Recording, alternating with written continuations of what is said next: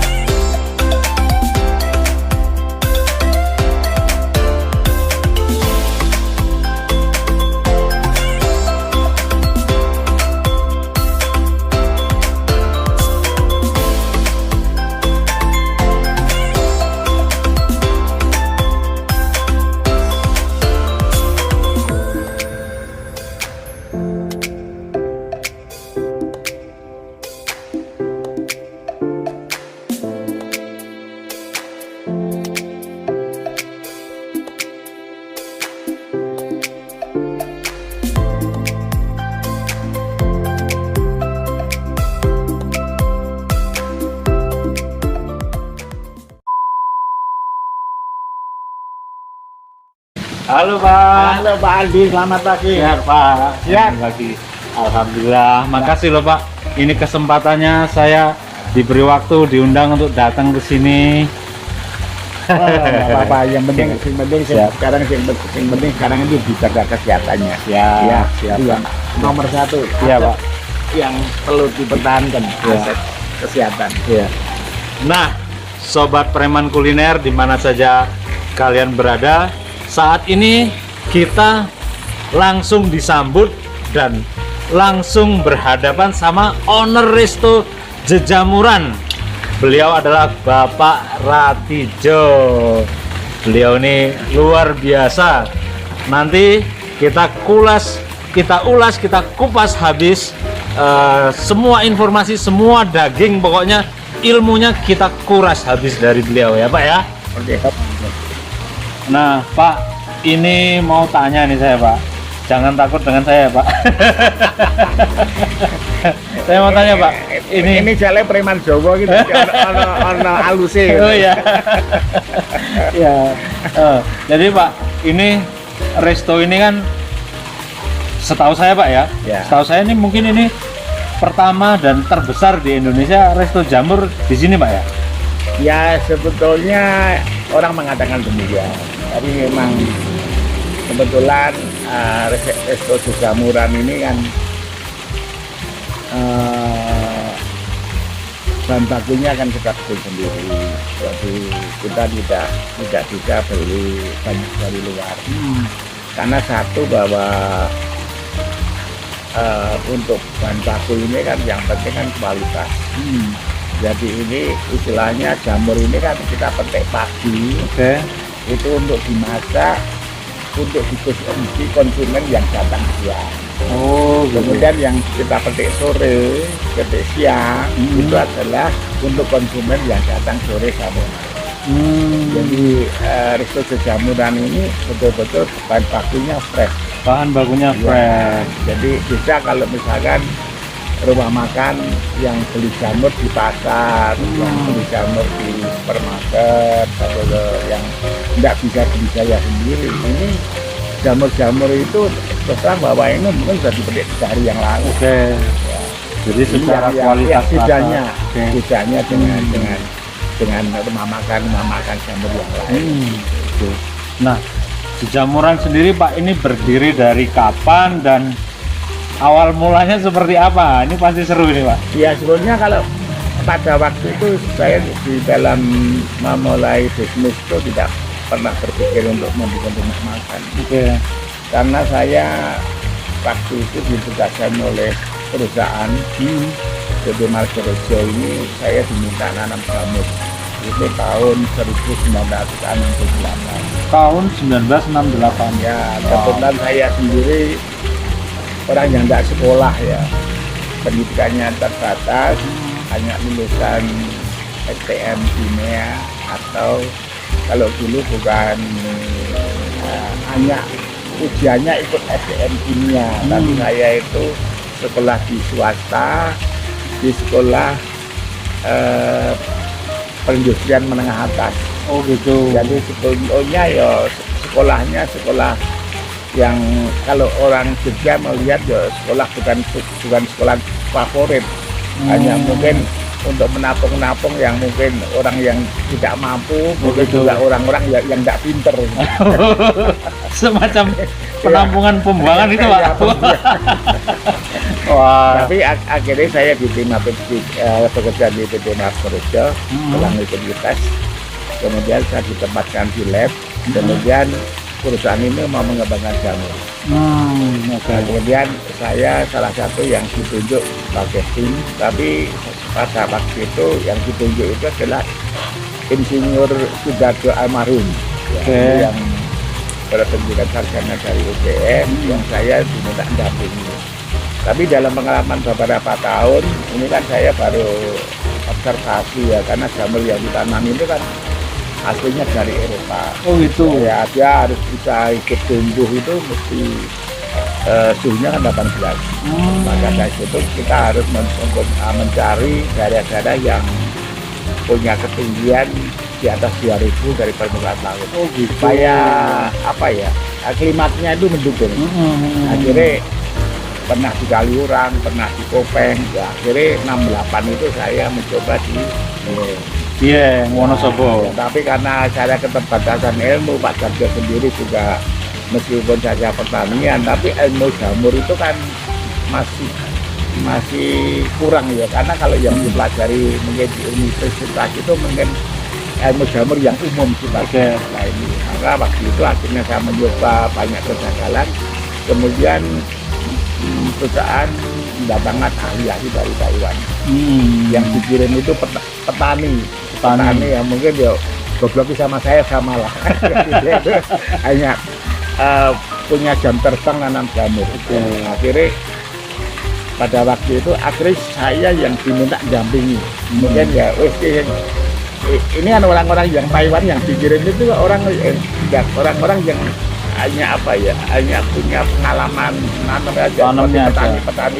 petani padi kita dikirim ke Amerika itu, tapi tidak tahu unsur-unsur urea, ZA, tidak tahu. Ini juga petani yang dari Taiwan itu hanya punya jam terbang tanam seperti padi. Akhirnya saya yang diminta untuk mendampingi. Akhirnya banyak teman-teman yang dari sarjana itu tidak mau, dikirim tujuh ngono aku lah ilmu apa gitu. Ternyata saya yang suruh dampingi. Tapi saya waktu itu bekerja memang waktu itu berpikir dan saya itu mungkin bodoh tapi dianggap cerdas gitu. Kemudian saya di situ melayani juga orang Taiwan. Di situ saya meskipun yang dikirim itu tidak secara berpikir tidak pakai bukan orang-orang intelektual ya, tapi pengalaman jam terbangnya itu luar biasa. Karena nanam jamur itu ya, disitulah saya dapat pelajaran luar biasa. Saya dapat ilmu dari pembibitan jamur, kemudian budidaya jamur, bagaimana buat jamur. Lah sampai kira-kira tahun 77 lah, 2007 itu kita masih dengan cara-cara dengan orang Taiwan. Dan hasilnya pada waktu itu kita bisa mencapai target ya hanya sekitar 8 sampai 12 kilo per meter persegi. Nah, kemudian pada tahun 1980 saya diminta PT Putra Dharma yang ada di Bandung, yang kantornya itu dulu di Jalan Ciampelas 160 untuk nanam jamur kancing. Tapi posisinya di Parompong, Kalimbang.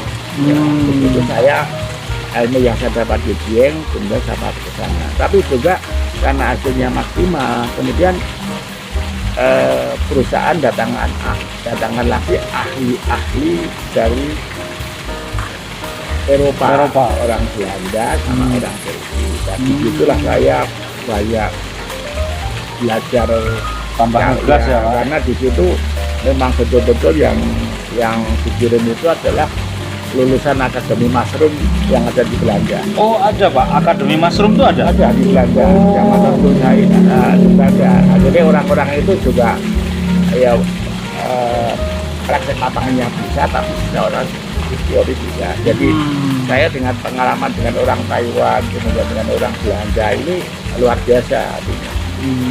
Nah, kemudian disitulah saya dapat ilmu ya, secara teori saya tahu persis bagaimana nanam jamur yang benar, bagaimana cara masuk wilayah yang benar. Akhirnya di situ didapatkan bahwa 1 meter itu bisa 20 kilo. 1 meter Sudah 20 kilo. Nah, akhirnya berkembang sampai tahun 85. Kemudian saya oleh perusahaan diminta lagi, Jok, kamu ke Jogja untuk nanam jamur merang. Karena jamur merang itu bisa tumbuh baik kan di sekitar 29 sampai 35, 36 ya. Akhirnya itu cocok karena ketinggiannya sekitar 115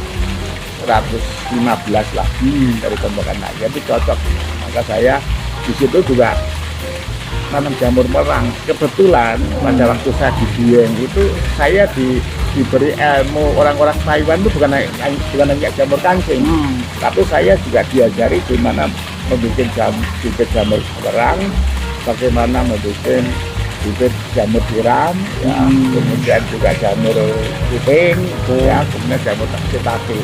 Itu yang saya dapatkan ilmu-ilmu dari orang Taiwan. Orang Taiwan tadi ya, Pak? Ya, karena sarjana-sarjana itu dianggapnya orang Taiwan tidak bisa apa-apa. Tapi ternyata ilmu titan ya, titannya orang Taiwan itu yang dilimpahkan ke saya. Nah, justru Bapak yang dapat transferan banyak ini ilmunya. Dapat sama. Akhirnya setelah sampai tahun 90 saya ke Surabaya, ya.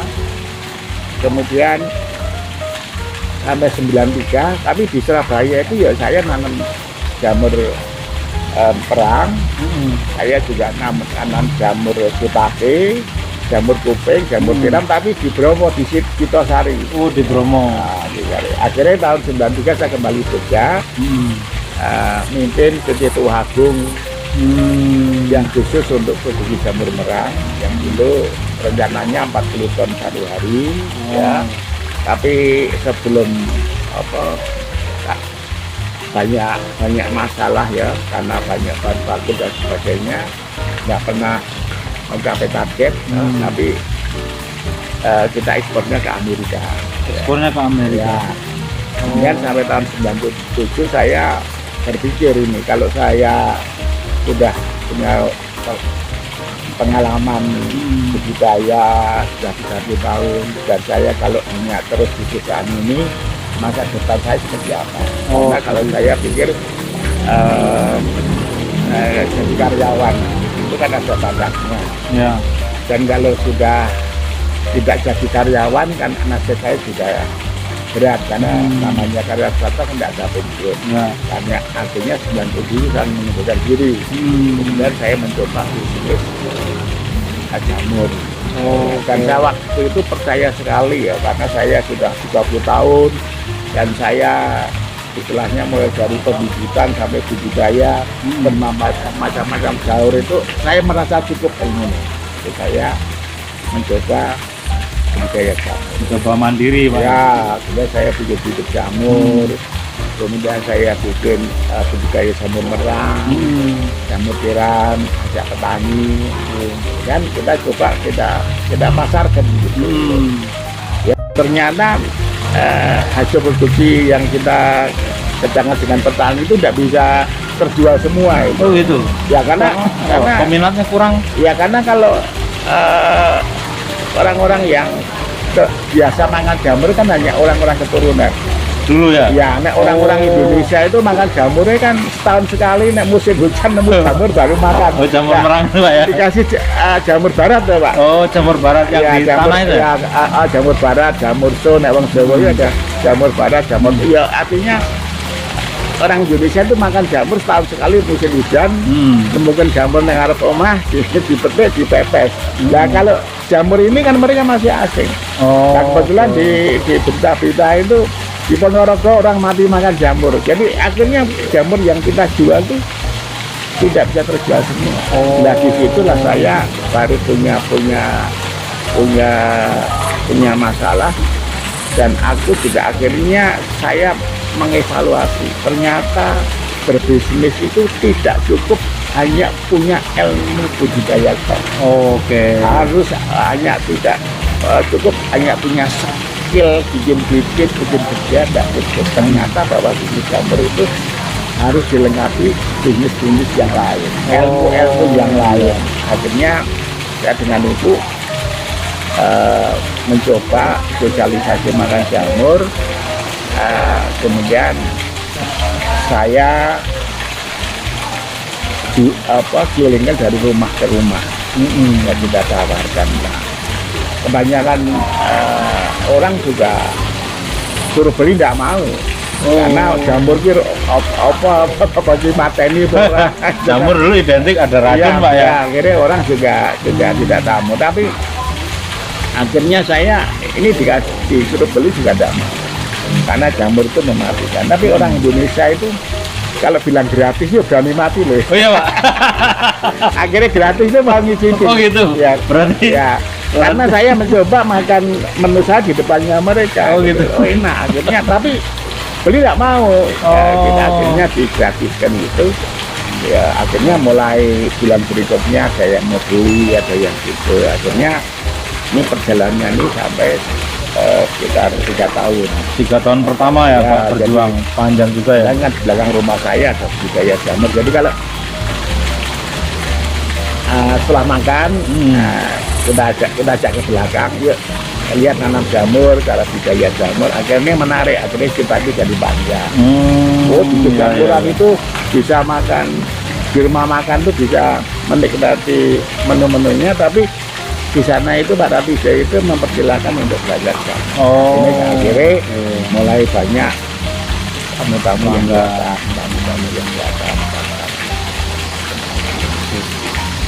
Untuk jamurnya sendiri itu Pak, ada berapa jenis sih Pak? Sebetulnya kita punya 34 jenis. Ya. 34 jenis. Ya, tapi kan kita tidak bisa 34 jenis itu dijadikan menu semua. Oke. Karena banyak jamur-jamur yang taste-nya itu ya ini nggak cocok, ada yang terlalu taste-nya terlalu gembur gitu.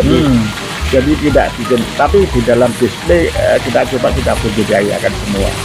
Tapi hanya yang menu-menu yang orang Indonesia itu ya enak nih, ono taste-nya itu kan beda gitu. Ya. Maka saya bilang mungkin hanya 8-9 jamur yang bisa kita olah untuk menu-menu jamur yang kira bisanya cocok oleh orang Indonesia. Tapi jamur yang lain tetap kita budidayakan. Saya belum bisa menemukan jamur ini mau dibikin menu apa. Gitu. Untuk jamur asli Indonesia tuh ada banyak nggak sih Pak sebenarnya yang layak konsumsi? Sebetulnya kalau Indonesia itu tropis ya. Sebetulnya kalau saya melihat tahun 90 itu kan saya pernah ke Belanda ya. Jadi kita untuk melihat sambil juga di Bandung prosesnya juga. Di jamur-jamur Eropa itu kan seperti juga di rekayasa. Jadi seperti ini misalkan. Dulu saya nanam jamur kancing mesti harus dibuang.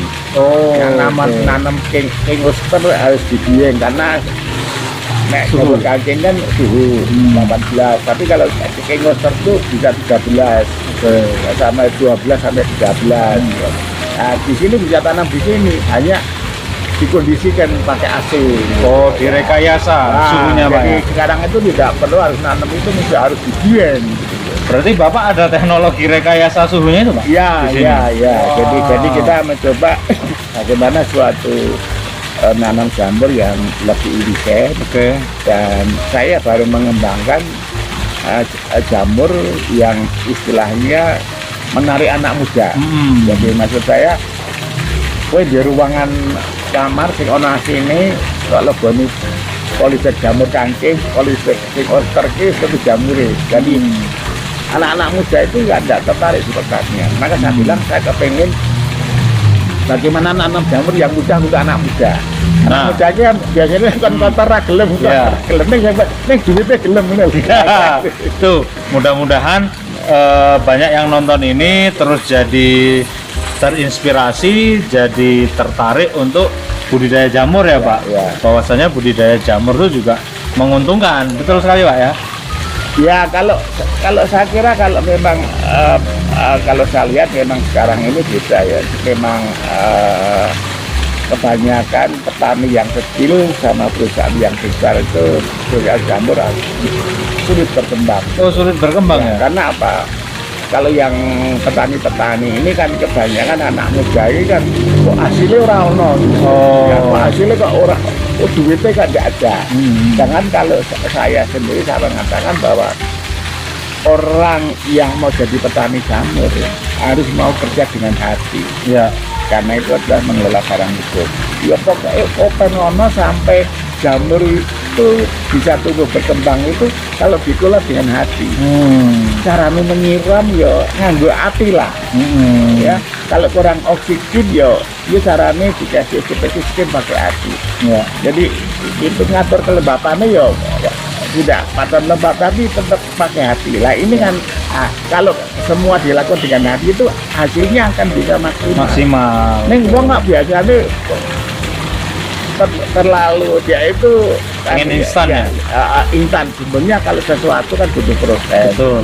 Ya butuh proses gitu loh. Makanya saya bilang, nah ini yang menjadi masalah mengapa petani yang kecil itu sudah menjadi masalah karena kebanyakan dia pola pikirnya kok kok artinya hasilnya kok ora maksimal kok gitu. Ini kan tapi cara menjalankan mereka itu tidak proses sepenuh hati, hidupnya jamur, nangani proses hidupnya jamur itu tidak dengan senang hati, Ya. tidak dengan ikhlas. Ini ikhlas dulu, dengan hati dulu, hasilnya maksimal, baru uangnya akan kelihatan. Ya. Itu kalau pada saya bilang banyak sekali yang menjadi petani-petani itu ya sekarang banyak mendapatkan satu kesulitan.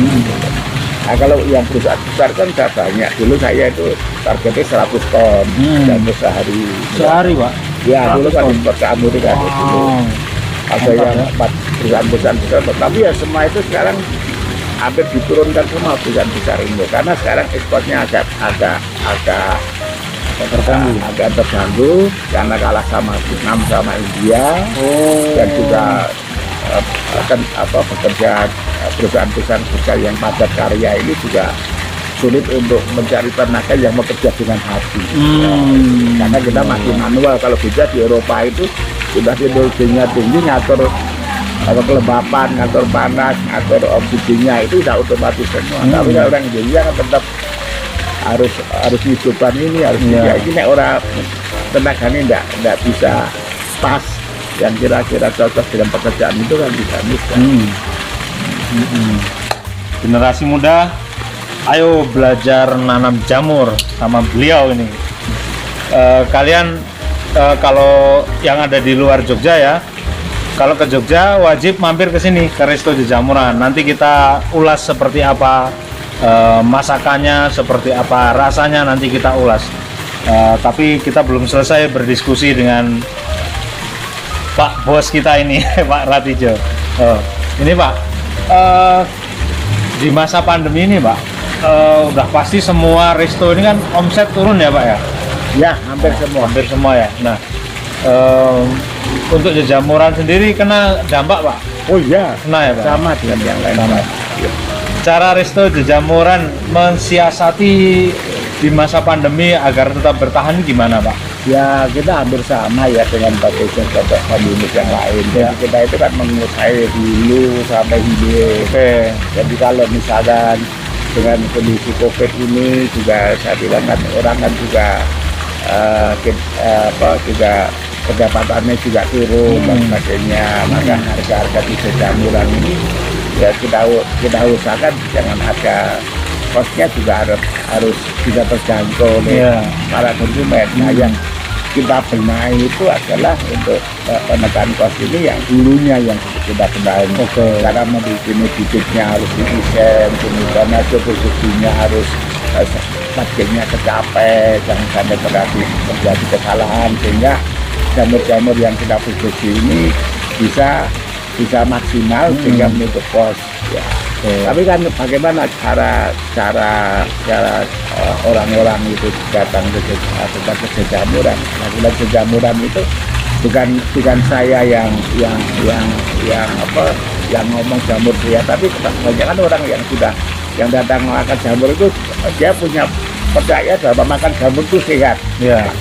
Dan ini kebetulan jamur itu kan hanya satu-satunya di Jogja. Jadi kalau saya lihat orang yang luar Jogja ini datang mesti mampir di jamuran. Tapi juga karena waktu ada larangan ini juga sangat terganggu sekali bagi nenek.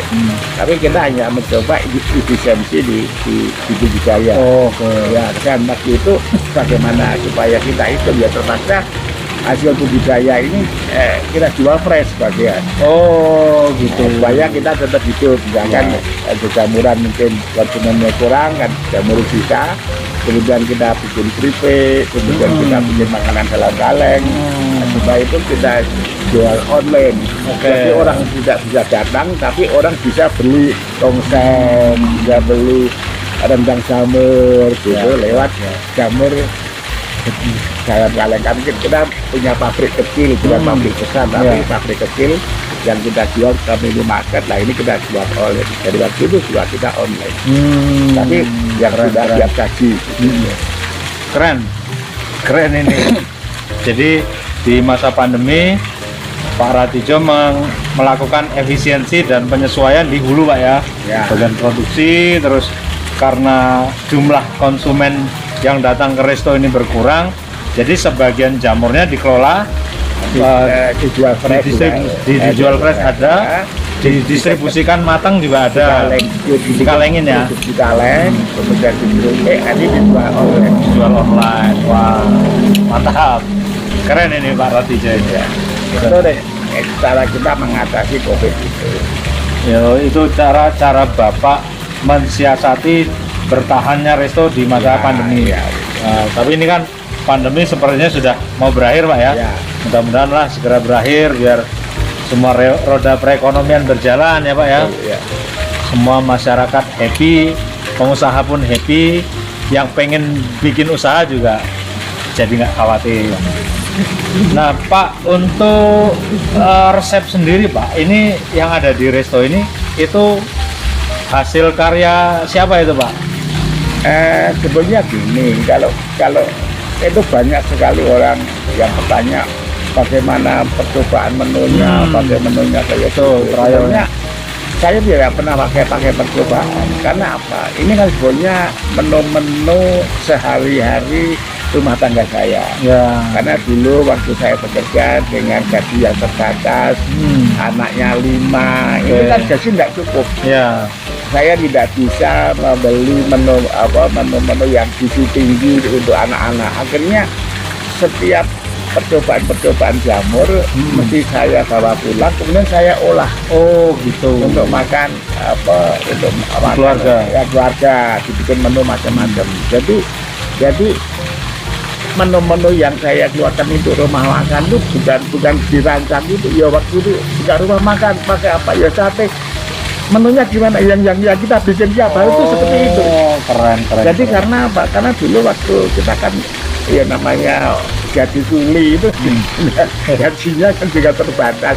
Jangan anaknya ada yang sekolah, ada yang tidak, akhirnya ya sudah ada jamur dimasak, tapi karena kebetulan yang luar biasa itu istri saya itu bisa selalu mengolah bagi makanan yang tidak enak, dari bahan baku yang tidak enak itu jadi enak. Itu yang luar biasa itu istri saya. Wah, Bu, mantap Bu, kata Bapak semua yang diolah luar biasa. Ini Pak, kan saya lihat kalau untuk orang-orang vegetarian ya Pak, yang nggak suka daging, tapi pengen menikmati rendang misalkan, tapi kok saya lihat jamur dibikin rendang, ada jamur dibikin tongseng, dibikin sate. Nah itu kan idenya tuh kan menurut saya ide gila ya, luar biasa tuh Pak.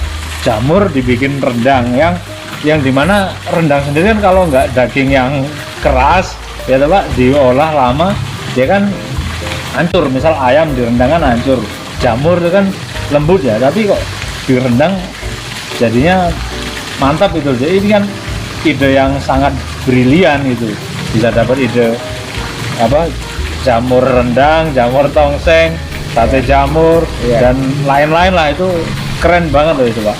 Sebetulnya ya itu kalau menu-menu ini karena memang rumah tangga itu sehariannya itu menu-menunya waktu kita mendapatkan kondisi yang banyak keterbatasan itu ya kita menu-menu itu mengolah. Tapi kalau misalkan rendang, misalkan kebetulan ini jamur ini adalah waktu dimasak dengan suhu tinggi dan berkali-kali diulang itu strukturnya tidak rusak. Itu gitu jamur ya. Mana kalau saya kadang-kadang melihat petani jamur itu kadang-kadang ngakali itu direbus dijual, kadang-kadang tidak laku, dikembalikan bisa dijual lagi, dimasak lagi. Tapi bentuk strukturnya masih utuh, tapi sarinya rasanya tidak hilang. Tapi kalau jamur itu hanya kalau dipanasi, besok diulang lagi panasi, tidak apa-apa, masih seratnya masih bagus. Strukturnya itu tidak cepat rusak seperti daging. Kalau daging Bapak dimasak 2 kali sudah hancur lah. Jamur enggak. Wah, keren juga ya. Mantap. Itu jamur jenis apa itu Pak yang bisa direndam? Hampir semua jamur ya. Keren. Kalau untuk jamur asli Indonesia yang paling banyak diminati itu jamur apa Pak di sini? Ya kalau karena ya ini tadi sebetulnya kalau orang Indonesia itu kan pada waktu keliling itu baru dia itu tahu jamur. Maka karena ya akhirnya orang Indonesia itu yang sekarang banyak yang datang di sini ya yang suka itu ya jamur merang, jamur kancing, jamur portabilo, kemudian jamur shiitake. Ya ada, tapi ini yang tapi kalau ada kuping, ada tiram itu ya, tapi yang banyak itu yang ini shiitake, kancing, portabilo, merang, king oyster, ya ini yang menu-menu yang memang itu jamurnya sendiri itu rasanya menjamin juga. Jadi setiap jenis jamur menghasilkan cita rasa yang berbeda. Oh ya Pak, selain Bapak nih, Bapak melibatkan keluarga nggak dalam berbisnis di sini Pak? Iya, memang itu kebetulan saya waktu itu kan bekerja Mentras itu kan perusahaan besar sekali. Itu juga perusahaan keluarga, anaknya terlibat. Kemudian di Tata Semarang itu juga perusahaan besar, tapi anaknya terlibat. Nah saya karena 30 tahun jadi karyawan, jadi saya tahu persis kekurangan kelemahan daripada perusahaan-perusahaan keluarga yang tidak bisa telah kadang-kadang generasi kedua aja sudah tidak bisa berkembang. Nah, ini anak-anak saya libatkan semua. Ya, anak-anak yang ikut saya itu 4, yang nomor 4, nomor 3, nomor 4, nomor 3, nomor 2, nomor 1. yang nomor 4 itu kan akuntansi. Ini juga tapi yang perempuan meskipun akuntansi tapi dia belajar ngurus dapur. Kemudian yang nomor 3 ini juga akuntansi. Ya, yang ini SDM, yang ini KPM, yang kedua ini lulusan akuntansi, terus di bidang pembangunan sama pengadaan sama ini. Sehingga yang nomor 4 itu teknik industri, bisa ngurusi pembibitan, budidaya, pengalengan, ya, dan pembibitan. Yang nomor 5 itu adalah UGM lulusan geografi, ini jagonya masak yang kecil sendiri. Oh gitu, ya. Malah jago masak ya? Ya, jadi mereka juga saya minta bekerja sebagai karyawan, mereka juga saya gaji, ya, jadi saya tidak saya anggap anak-anak itu bukan owner tapi sebagai karyawan. Jadi tidak ada perlakuan khusus Pak ya? Mentang-mentang anak sendiri kerja di sini. Iya, jadi mereka juga seperti karyawan. Saya gaji seperti karyawan. Kalau misalkan dia mau beli mobil, mau beli sepeda motor, mau bangun rumah, ya silahkan aja, punya perusahaan potong gaji. Ini posisinya ini memang mereka bukan owner. Nah, kalau owner nanti mereka merasa ini milik saya, PDW gitu. PDW. Maka tujuannya apa? Kalau mereka memposisikan sebagai karyawan, dia kan nanti kalau saya tinggalkan, dia kan tujuannya hanya bagaimana perusahaan itu bisa berjalan dengan baik. Karena mereka itu nanti diturunkan ke anak-anaknya mereka. Nek kalau ini sebagai kita jadikan mereka sebagai pemilik, mungkin secara PDW mungkin sebatas dia hilang. Ini nek itu sebagai karyawan nanti turun lagi cucunya itu ya bukan pemilik karyawan lagi, ini akan berlanjut. Strukturnya berjalan. Biasanya kalau perusahaan, kalau saya lihat banyak yang hancurnya itu kan biasanya bisa memisahkan sudah dibangun, kemudian sama anak-anaknya, terus dia itu merasa pemilik, kowe milikku perusahaan ini, kowe miliknya perusahaan ini, itu habis. Nah ini kalau merasa pemilik kan bisa antara PDW. Ini nek sebagai karyawan itu bisa, dia bekerja, digaji, ya ini sudah seperti itu. Jadi artinya dia aku kepengen mereka itu memang dia tuh sebagai owner mungkin tidak langsung, tapi jangan jiwa ya Pak. Jangan sampai pikirannya itu kayak sama pemiliknya. Gitu. Kalau pemiliknya nanti ada khawatir mereka tidak disiplin, mereka merasa lebih mengambil keputusan seenaknya, ya. Kemudian mengambil kebijakan-kebijakan, mengambil keputusan yang tidak benar. Ini kalau dia memposisikan sebagai karyawan, itu orang seenaknya harus dirembuk. Dan lebih menjiwai pekerjaannya Pak ya. Nek jadi pemilik kan, itu dia aku. Jadi nek jadi karyawan hati-hati. Benar. Karena kalau jadi karyawan kan mengharapkan gaji dari perusahaan ini. Kalau mengharapkan gaji ya mesti harus kerja baik. Nah, dia pemilik kan aku asalnya bergawe Pak. Iya, setuju Pak. Saya pernah juga ada temen itu punya perusahaan, ya rekanan lah Pak. Dia punya perusahaan yang udah jalan. Jadi anaknya itu nggak di kader dulu, levelnya misal akunting dulu atau admin dulu, enggak. Jadi anaknya tuh langsung diciptakan jadi owner. Jadi dekmu, anak dekmu lagi sakarepe. Betul, betul Pak. Dan yang terjadi kacau memang Pak. Jadi nggak ada orang tuh dilahirkan langsung jadi owner Pak ya. Mesti bertahap dulu ya kan Pak. Saya bilang, itu bukan owner, itu karyawan. Karyawan ya mengerjakan yang ini, yang sehari-hari. Maka dia juga karena mereka karyawan, dia juga harus kerja sungguh-sungguh. Kalau tidak kerja tidak dibayar. Keren ini jadi pemilik kan, penting jalan aku tidur kan. Betul Pak. Itu kan karena merasa jadi pemilik. Ini kalau merasa jadi karyawan, dia punya tanggung jawab. Bagaimana mengelola perusahaan ini juga tumbuh dan berkembang. Ini jadi pemilik bisa malas-malesan, bisa tidak masuk sendiri, bisa nggak datang. Itu kalau dia pemilik. Ini karyawan, kowe wajib datang, kowe wajib kerja, kowe wajib tanggung jawab dengan jamu itu maksud saya seperti ini, mengapa dia dianggap dengan pemilik, kalau dia pemilik habis karena mereka kerja seenaknya, anaknya jaluk ya dikai ya enggak, jadi karyawan orang seenaknya. Iya, betul. Karena posisinya jangan mereka ini perusahaan dibagi-bagi itu hamil. Ya, betul. Dan satu hari misal mereka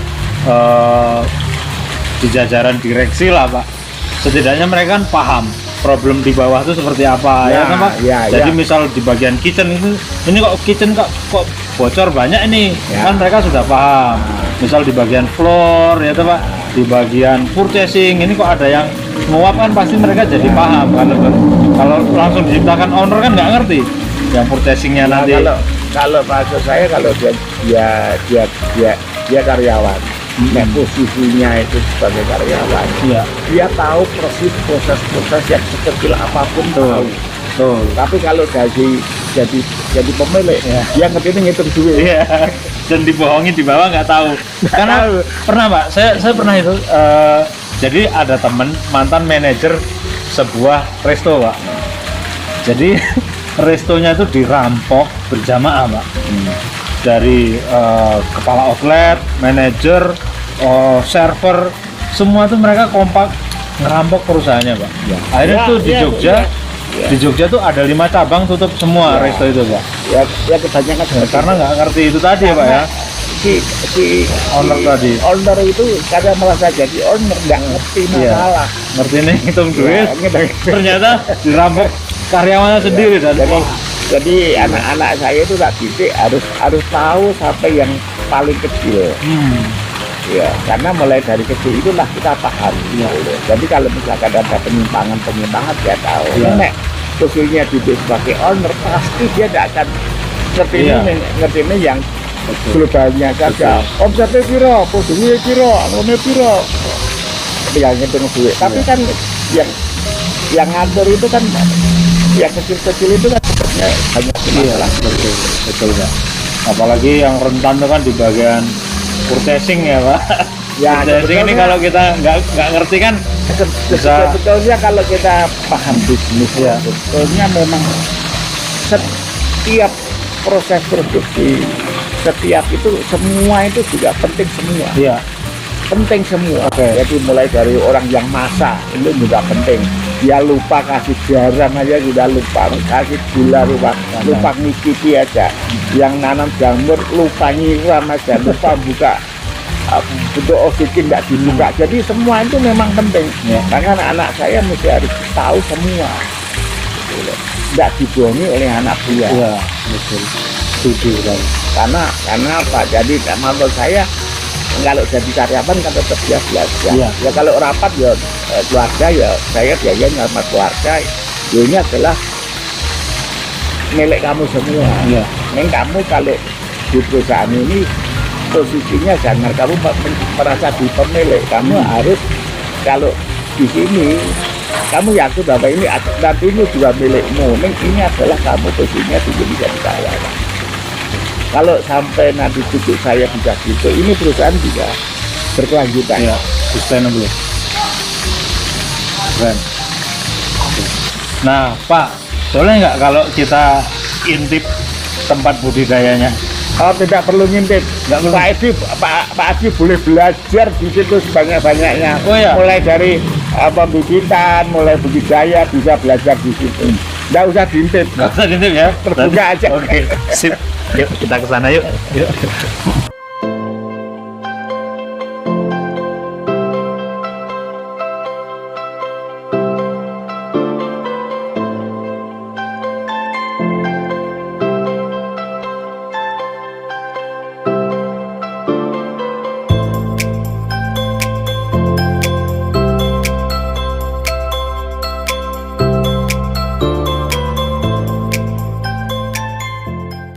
Setiap hari menemui orang yang makan, ya saya mesti dia kan tanya-tanya jamur apa gitu.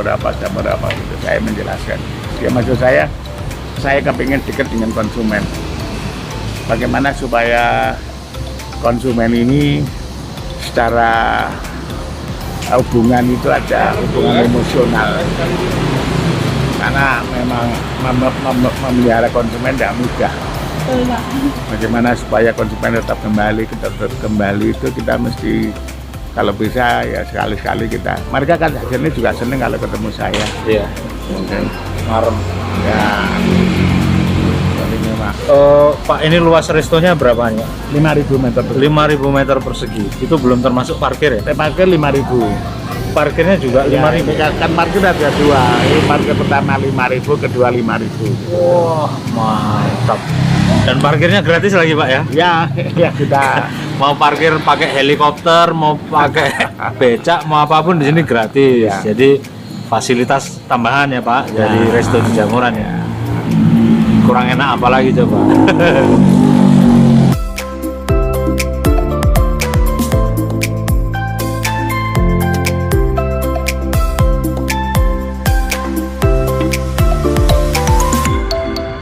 ya ini lebih dulu dari rumah makan. Ini dulu pertama. 97. 97, Pak ya. Ya. Langsung sebesar ini atau bertahap? Oh enggak, saya juga enggak punya tanah. Emang dulu saya rumahnya juga hanya 130 meter. Oh gitu. Mantap. Kita udah sampai di tempat budidaya jamurnya. Yuk kita lihat.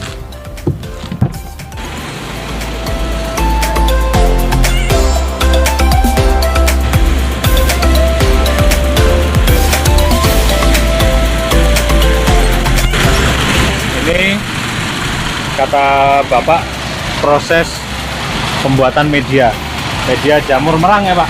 Jamur merang, jamur kancing. Jamur merang dan jamur kancing.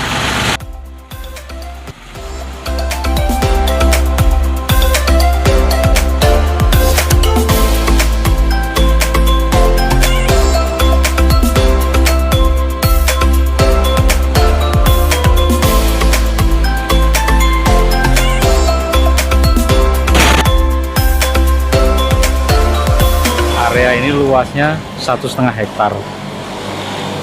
Jadi kebayang nggak? Nah, ini tempat budidaya jamur kancing. Salah satu ruangan tempat budidaya jamur kancing. Yang dulu ditanam di Dieng, sekarang ditanam di Jogja pakai AC. Oh, yang dulu hanya hidup di Dieng di ketinggian berapa, Pak? 2000 dari permukaan. 2000 meter up dari permukaan air laut. Sama Pak Ratijo ini direkayasa sehingga bisa tumbuh di budidaya beliau di Yogyakarta. Nah, ini usia berapa ini, Pak? Ini baru mau petik, mungkin 2 hari lagi baru petik. 2 hari. Ya. Dari 0 sampai panen berapa hari? 34 hari. 34 hari. Sudah itu nanti tiap hari panen, Pak? Ya. Oh, mantap. Mantap. Ini mirip Super Mario Bros.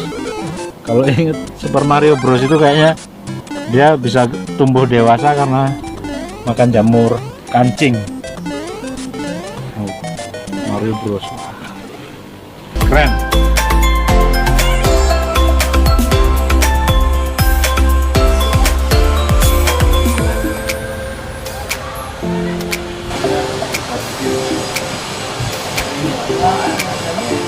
Ilmunya tambah itu setelah praktek mulai usaha di perjalanan ilmunya tambah nggak ada langsung dapat ilmu langsung itu. Oh iya.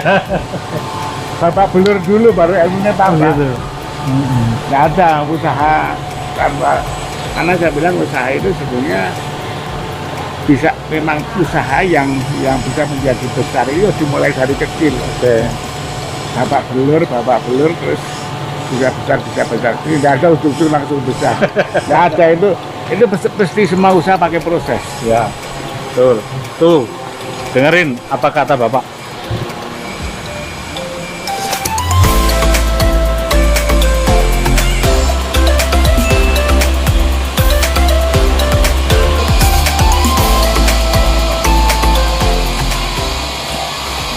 Ini tempat budidaya jamur merang. Suhunya diperlukan suhu yang lebih panas. Itu.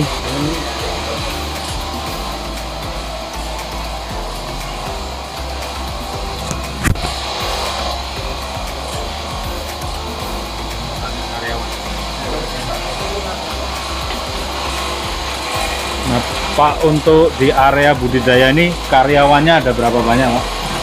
Kalau ini kan sebenarnya kan kita tidak bisa misah-misahkan ya. Jadi memang kita supaya efisiensi, ya kadang-kadang orang sini bisa bantu rumah makan. Oh gitu.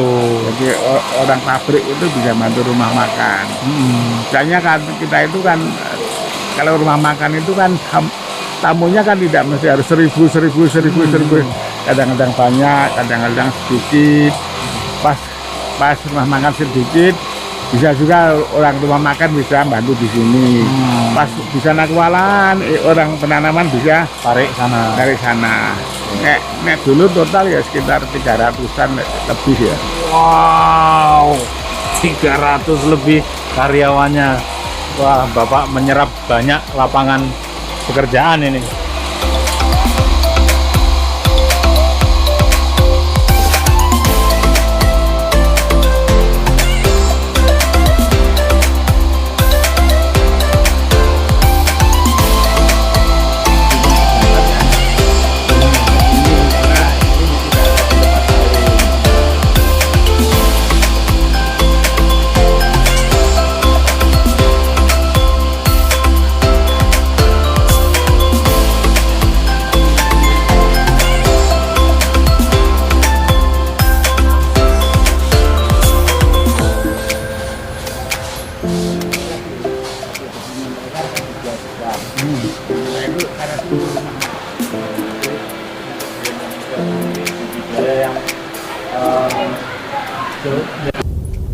Ya ini kan kalau yang namanya usaha kan tiap hari ada masalah yang rumit ini kan di sini tuh rumit ya, karena yang ditangani kan istilahnya ya makhluk hidup tapi kan susah di nek dokter itu kan bisa ditakoni loro apa.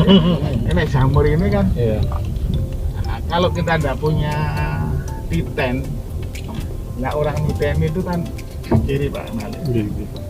Orang miten ini kan butuh bertemu berkali-kali baru miten itu. Ini ilmu itu memang tidak bisa dipelajari dalam waktu yang singkat. Jadi misalkan tadi saya masuk set untuk itu, oh ini kurang bagus, saya sudah tahu, baunya aja saya sudah tahu. Nah, apa kadang mana di sini baca indonya ada apa baunya, kemudian kadang-kadang dipegang, kalau kompos itu kemudian warnanya coklat itu coklat seperti apa. Kalau orang coklat kan bingung juga itu. Coklat itu kan persepsi ini orang kan macam-macam, nah, ini coklat. Tapi coklatnya kompos yang seperti apa itu ya nek tiap hari tidak lihat itu ya enggak gitu. Seperti bau tadi itu tidak bisa dimakan. Saya bilang ini ilmu titen, maka saya bilang nanti mana saya bilang nanti Dari Taiwan tadi, Pak. kalau hanya belajar buku jamur tuh nek debat bisa, Prakteknya belum. ya nek debat itu kan asal ngapal ke buku itu kan secara intelektualnya kan bisa dikembangkan. Tapi kalau saya melihat orang yang pinter nanam jamur itu ya sing usahane jamur ora bangkrut itu berarti pinter. Kebanyakan orang kan banyak berdebat deh, yang lapangannya ya nggak ngerti.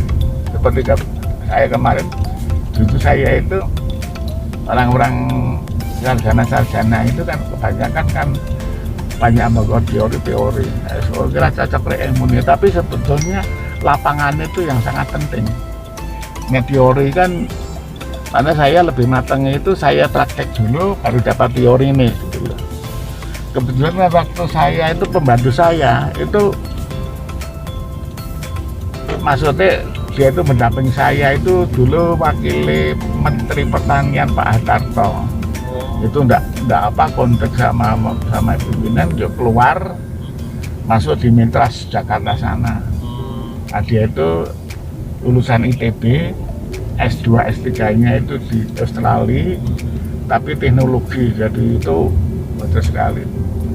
Dia kan bantu saya kan riko ya karo wong sarjana itu kan tak kayak wis kowe nek bantu aku, dia kan juga baca buku aku ngene, saya bilang gini, aku rak susah bahasa Belanda. Ya. Aku ngomong sudah gini aja, ben komunikasi ini nyambung, tolong buku ini terjemahnya bahasa Indonesia. Jadi aku ya bisa paham.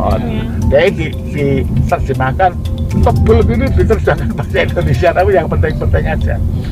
Di situ saya bisa diskusi sama, jadi nek ngomong ilmiah aku yang ngerti, aku yang maca toh. Neng wis bentuke wis tetep. Jadi aku nyambung. Neng dhek kan debatnya neng meja. Akhirnya saya yang lebih pintar, aku yang ngerti teori ini, aku ngerti prakteknya.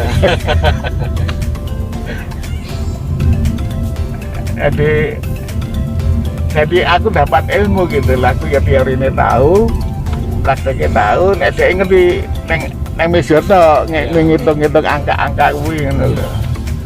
Neng nek gak omong jamur ngerti. Ya itulah ternyata aku mana ngomong sebenarnya Universitas Kehidupan Wiyajane yang sing mendukung saya seperti ini.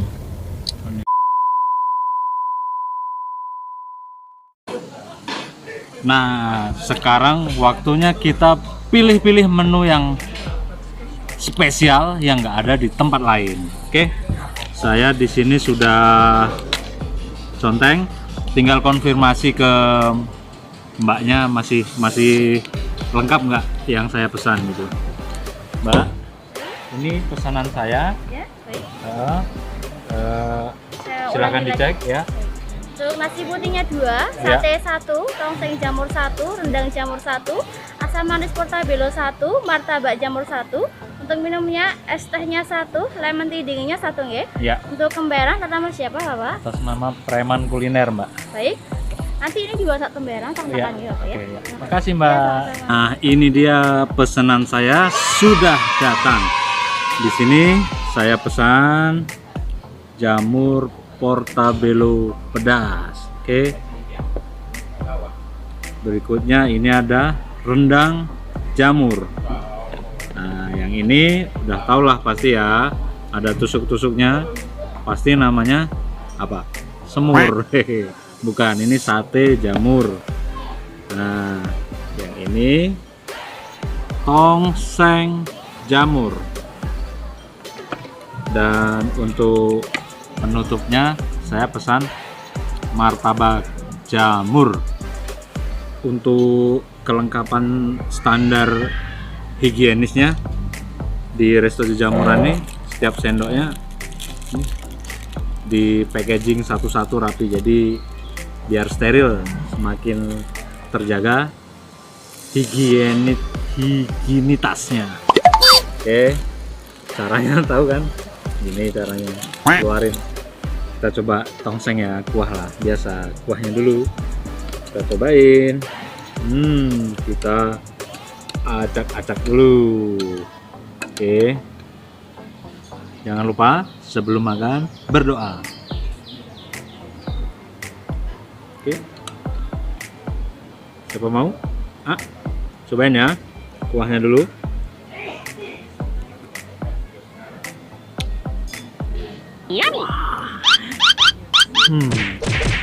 Mantap, gulenya mantap. Sini ada taburan bawang goreng, ada kok gulai tongseng ya, sorry ini tongseng kan biasa ciri khas ada kolnya ya, ada kol, ada tomat. Ini ada bawang goreng, terus tadi saya lihat ada daun bawang. Nah, sekarang kita coba jamurnya. Oke.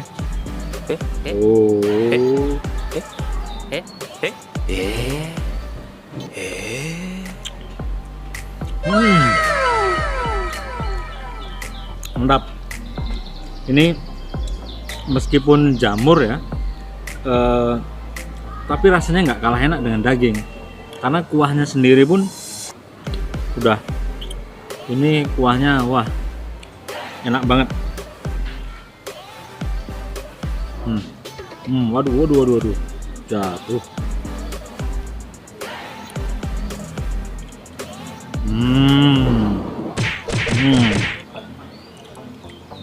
enak banget.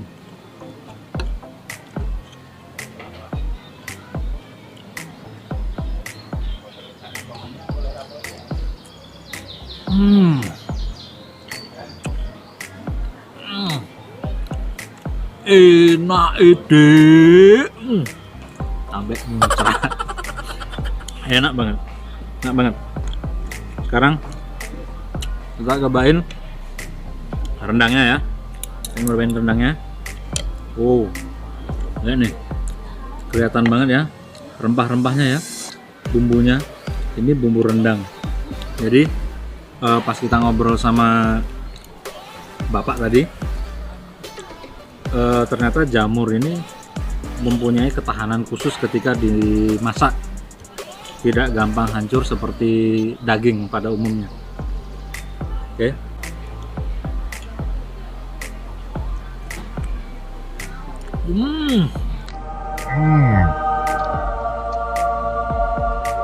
Nggak masuk akal.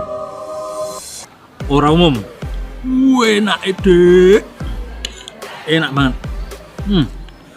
Wah, bisa hilaf ini. Nggak cukup ini. Kalau nasinya satu. Kita ke satenya ya. Oh. Bumbu kacangnya. Oh. Kita cobain.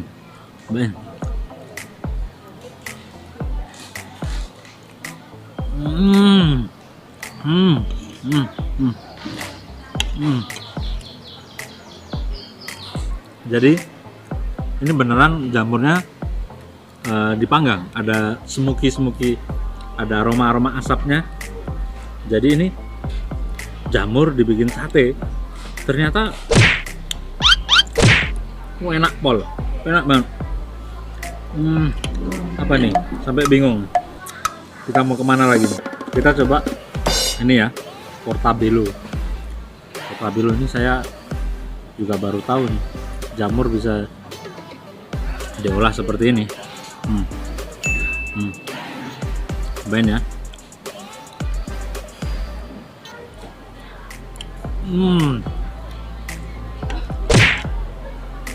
Ada asam-asamnya, ada manis-manisnya. Oh, karena di sini ada nanas. Ada nanasnya di sini. Pantesan sensasi asam manisnya tadi terasa. Cobain.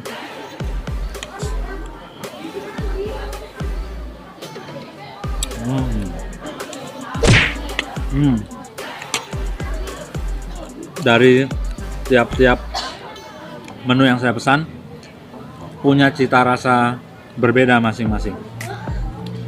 Untuk tongsengnya, rendangnya, rempah-rempahnya luar biasa.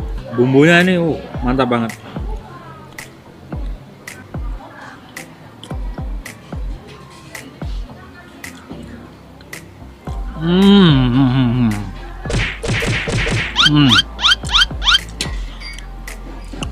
Kolaborasi gurih, pedas, manis, asam, asin, udah kayak permen, rame rasanya. Nah, untuk satenya sendiri ini persis banget daging ayam, nih mirip daging ayam ya rasanya. Jadi ini kalau vegetarian pasti suka banget.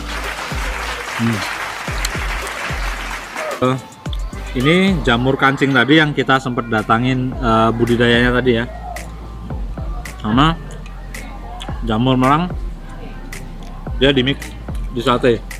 Jamur merangnya tadi yang kita sempat datangin. Ada beberapa budidaya jamur yang jaraknya agak jauh dari sini, jadi nggak sempat kita datangin tadi yang untuk budidaya jamur tiram misalnya. Tapi ya cukup mewakili lah, kurang lebih seperti tadi. Kita icip martabaknya ya. Martabaknya.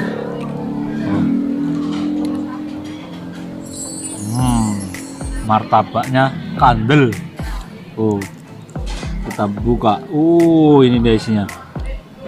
Wow. Ada bawang merahnya di sini. Oke. Kita cobain ya martabaknya ya.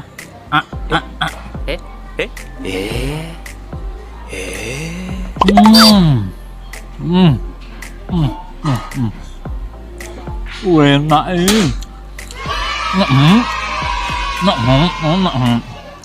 Coba martabaknya kita cocol dengan kuah tongseng ya. Kayaknya juga enak ya.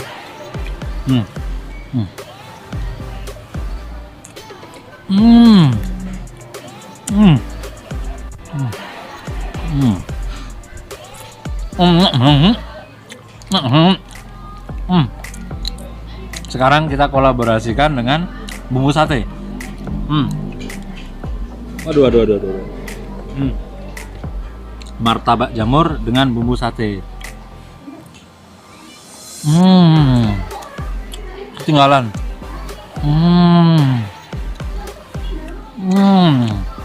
Mohon maaf ya kalau ada suara-suara orang ngobrol, karena yang namanya juga di resto kan.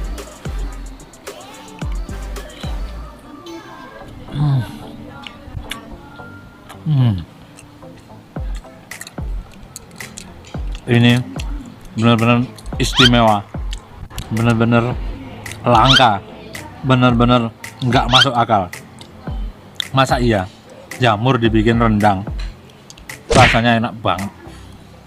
Kok bisa jamur dibikin sate? Jamur dibikin sate. Kok bisa jamur dibikin tongseng? Luar biasa. Terima kasih Pak Ratijo telah membuat hasanah kuliner Nusantara semakin berwarna, semakin enak, semakin unik. Untuk Anda yang sedang berlibur di Jogja atau yang ingin ke Jogja nih, wajib nih datang ke Jejamuran. Cari aja di Google Map, ketemu. Di sini parkirnya luas, gratis lagi untuk keluarga, rombongan, pokoknya meeting pun segala macam. Enak lah di sini. Recommended 10 jempol. Jadi yang mau ke Jogja ini wajib masukin list sebagai tujuan wisata kuliner Yogyakarta.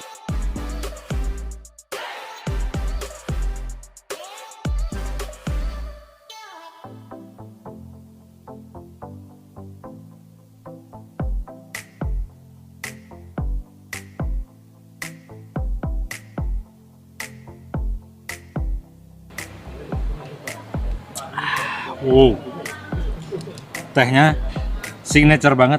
Ini kalau kata Pak Ratijo tadi, tehnya mereka nge-mix sendiri. Jadi mereka kolaborasikan beberapa merek teh sehingga ketemu dengan cita rasa khas tehnya Jejamuran. Semakin lengkap yang dihidangkan, makanannya enak, minumannya enak, dessertnya enak. Pokoknya Jejamuran top. Jadi untuk rekan-rekan semua, sobat preman kuliner di mana saja kalian berada, jangan lupa untuk selalu jaga kesehatan, berpikiran positif, dan bahagia selalu. Untuk itu jangan lupa makan.